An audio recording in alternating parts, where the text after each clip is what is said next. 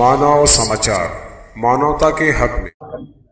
नाही, असे ज्या ज्या ठिकाणी पालकांना अशा अडचणींना सामोरं जावं लागत असेल तर स्थानिक पातळीवरचं जे प्रशासन आहे त्यांच्याकडे पण त्यांनी तक्रारी द्याव्यात, स्थानिक लोकप्रतिनिधींकडे तक्रारी द्याव्यात आणि विभागाकडे पण त्यांनी तक्रारी दिल्या तर त्याचं निश्चितपणे नोंद घेतली जाईल आणि संबंधितांना जर कोण चुकीचं काम करत असेल तर त्याच्यावर कारवाई केली जाईल। जिल्हा परिषद शिक्षण विभागाच्या वतीने संपूर्ण तयारी करण्यात आलेली आहे आणि पालकांच्या, गावकऱ्यांच्या, त्या भागातल्या नागरिकांच्या उपस्थितीमध्ये विद्यार्थ्यांचं अतिशय उत्स्फूर्तपणे त्या शाळेमध्ये स्वागत केलं जाईल आणि पहिल्या दिवसापासून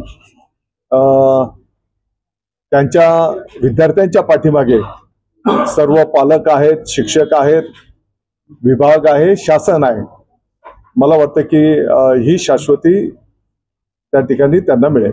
शिवसेनेमध्ये कुठलीही गटबाजी नाही, आमची एकच शिवसेना आहे। हिंदू हृदय सम्राट शिवसेना प्रमुख माननीय बाळासाहेब ठाकरे साहेबांच्या आशीर्वादाची, धर्मवीर आनंदी दिघे साहेबांच्या प्रेरणेची, माननीय शिवसेनेचे मुख्य नेते एकनाथजी शिंदे साहेबांच्या मार्गदर्शनाखाली आम्ही सर्वजण एक आहोत आणि येणाऱ्या निवडणुका महायुतीच्या माध्यमातून, मग मुंबई असेल, ठाणे असेल, पुणे असेल, नाशिक असेल, सर्व ठिकाणी महायुतीच्या माध्यमातून निवडणुका लढवल्या जातील। त्या संदर्भात पण शिक्षक अनेक ठिकाणी बोगस पद्धतीने दिव्यांग प्रमाणपत्र घेऊन अनेक ठिकाणी कार्यरत आहेत, त्याबाबतची चौकशी करावी अशा स्वरूपाची मागील काळामध्ये देखील सूचना होती आरोग्य आयुक्तांकडून। आता पुन्हा एकदा त्याच्याबाबतच्या सूचना देण्यात आलेल्या आहेत। आपल्या विभागाच्या माध्यमातून याबाबतच्या काही वेगळ्या सूचना वगैरे असतील?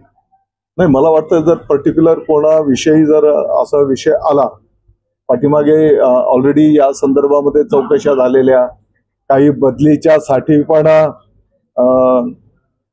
काही सर्टिफिकेट आलेली होती तर ते सगळे चौकशी होऊन कारवाई झालेल्या आहेत। मला वाटतं की यापूर्वीचे नियम कायदे ते सगळे तपासावे आपल्याला लागतील। काही ठिकाणावरनं फी वाढीच्याही संदर्भामध्ये पालकांच्या तक्रारी येतात आणि त्याची दखल निश्चितपणे शासन घेईल। पण काय सुधारणा किंवा काय बदल राज्य सरकारने? नाही, हे सगळं आता पाठीमागचे नियम जसं तुम्ही बोलले ती वस्तुस्थिती आहे।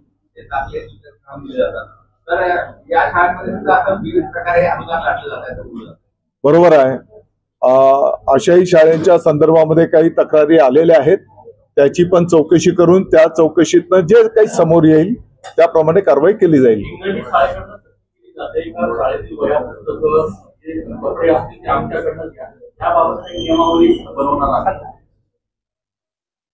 एक मर्यादेपर्यंत समजा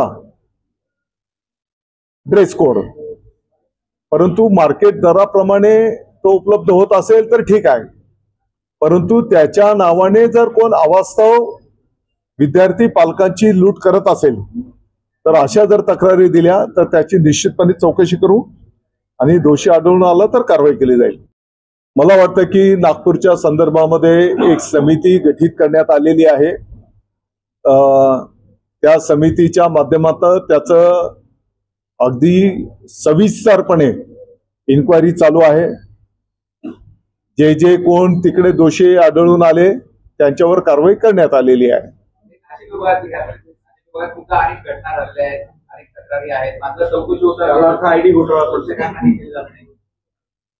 नाशिकच काय, राज्यव्यापी जिथे असं चुकीचं काम झालेलं असेल त्या त्या ठिकाणी चौकशी होऊन कारवाई केली जाईल। नाही, बघा, ही वस्तुस्थिती आहे की काही शाळेंच्या वर्गांमध्ये, अगदी 5वी 6वीच्याही वर्गामध्ये काही ठिकाणी विद्यार्थ्यांना वाचता आलेलं नाही, काही विद्यार्थ्यांना गणित आलेलं नव्हतं, वस्तुस्थिती आहे। आणि म्हणून निपुण महाराष्ट्र या संकल्पनेच्या माध्यमातून पाठीमागच्या काळामध्ये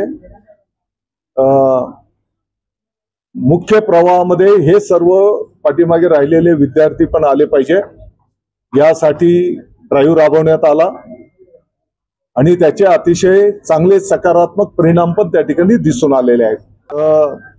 आपल्या शिंदे गावाचे सरपंच साहेब माननीय जाधवजी मागच्याच काळामध्ये त्यांनी निर्णय केला, त्यांच्या गावाचे जे विद्यार्थी जिल्हा परिषदच्या शाळेमध्ये प्रवेश घेतील तर त्यांच्या पालकांच्या घराची त्यांचे कर, घरपट्टी आपण बोलतो, पाणीपट्टी घरपट्टी, ते त्यांच्या वेतनातून त्याचं प्रतिपूर्ती करणार आहेत आणि म्हणून त्यांचाही आम्ही आभार व्यक्त केला आहे. अर्थात जिल्हा परिषदच्या शाळेत आलेला विद्यार्थी, त्यांचे पालक निराश होणार नाहीत. त्यांच्या पाल्यांना गुणवत्तापूर्ण क्वालिटी एज्युकेशन मिळेल, ही आता आपल्या विभागाची जबाबदारी त्या ठिकाणी असणार आहे आणि म्हणून त्याची पूर्ण तयारी विभागाच्या वतीने करण्यात आलेली आहे. नाही, मी असं बोललो, दिव्यांग विद्यार्थ्यांच्या संदर्भामध्ये आढावा चालू असताना मी असं सांगितलं की काही ठिकाणी शासनाच्या योजनेचा लाभ घेत दिव्यांग विद्यार्थी पण मुख्य प्रवाहात आले पाहिजे. त्यासाठी आणखी आपल्याला मोठ्या प्रमाणात काम करावं लागेल. काही शाळेमध्ये असं पण दिसून येतंय की बाबा कागदावर हे विद्यार्थी दाखवले जातात, त्या पद्धतीने त्यांना अनुदान दिलं जात आहे, त्या पद्धतीने स्टाफ दाखवला जातो, परंतु प्रत्यक्ष तिथे ते विद्यार्थी कमी असतात असं मी बोललो. आणि या संदर्भामध्ये शेवटी तो दिव्यांग विद्यार्थी पण मुख्य प्रवाहामध्ये आला पाहिजे आणि म्हणून राज्यव्यापी आपण त्या ठिकाणी ड्राईव्ह घेणार आहोत. अहमदाबाद येथे विमानाचा दुर्दैवी अपघात झाला, त्याच्यामध्ये शेकडो लोकांचं निधन झालंय.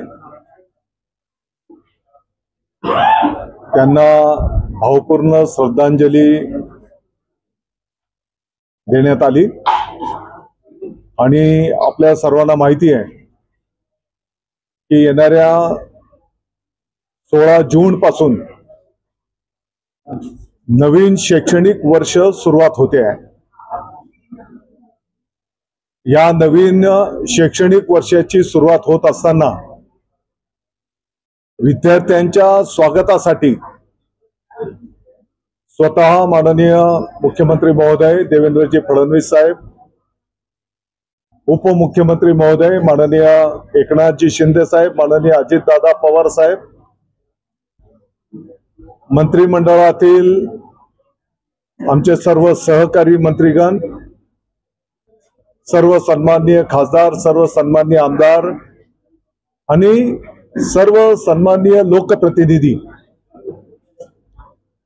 अधिकाऱ्यांच्या उपस्थितीमध्ये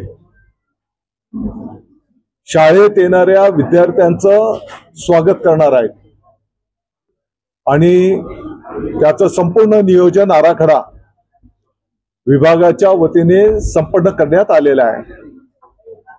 आणि त्याचाच एक भाग म्हणून आज नाशिक महानगरपालिका, नाशिक जिल्हा परिषद याचा आढावा बैठक आज संपन्न झाली. योगायोगाने आमचे सहकारी मित्र माननीय उद्योग मंत्री महोदय उदयजी सामंत साहेब पण त्यांच्या विभागाच्या आढावाच्या निमित्ताने आज आपल्या नाशिकमध्ये आलेले आहेत. शब्द सुमनांनी आज त्यांचं स्वागत करण्यात आलेलं आहे, कारण आज स्वागत आणि इतर बाबींना संपूर्ण फाटा देण्यात आलेला आहे.